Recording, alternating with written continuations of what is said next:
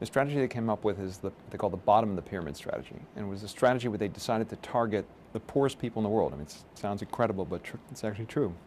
We presented a document, which you can see on the web, which was an internal document at Herbalife, where they made the case for pursuing this market. People who make $2 a day, $3 a day, $5 a day.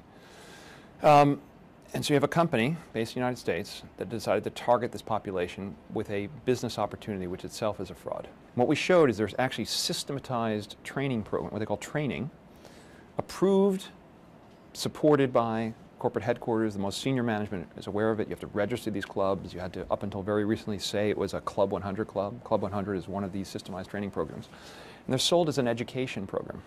People get a university degree for finishing the program. But finishing the program means you, your family members, and your closest friends, your circle of influence, as they call it, have spent $3,000 over 3 months buying a very large, buying, in effect, 600-700 shakes. So it's a mini pyramid scheme within Herbalife. One of the definitions of a pyramid scheme is, of course, you're selling a business opportunity and not a product. But in these many cases that you've identified, yes, they are selling a product too, right?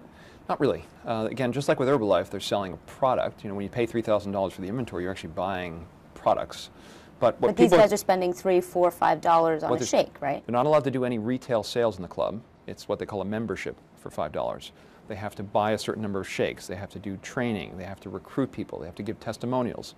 And all along the way, each day they're coming back 3 times a week, 4 times a week. Each day they come in, they buy the service, and then they recruit friends. They bring 5 friends with them the next time who gets the service. And all those people added up get them ultimately to the $3,000 threshold. This creates the perception that there's business that's happening.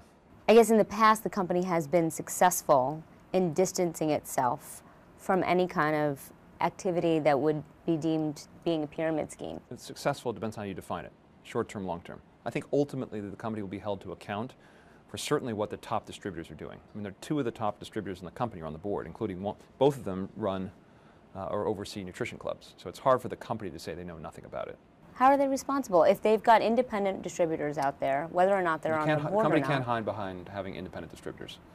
If you, again, go to the conference call transcripts, what management has said is, yes, one of our distributors came up with this idea, a distributor in Mexico. It was very effective in his area and in Mexico. And so we studied it. We decided it was a good model.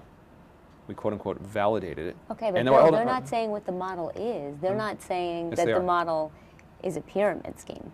Of course they're not going to say that. Of course they're not. Right, they're saying we've identified a person that's running these businesses successfully. We want to repeat that. The company has a 90-day period where you're not allowed to open a club, where you're supposed to go through training. And training is not, how long does it take you to learn to take 2 scoops of a white powder, put it in a blender, and put water in? It doesn't take very long, right?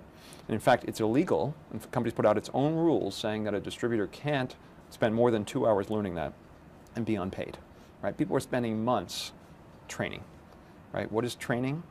It's recruiting. It's recruiting, it's a poor person recruiting 2 friends who recruit 2 friends, each of whom recruit 2 friends. That's what this is.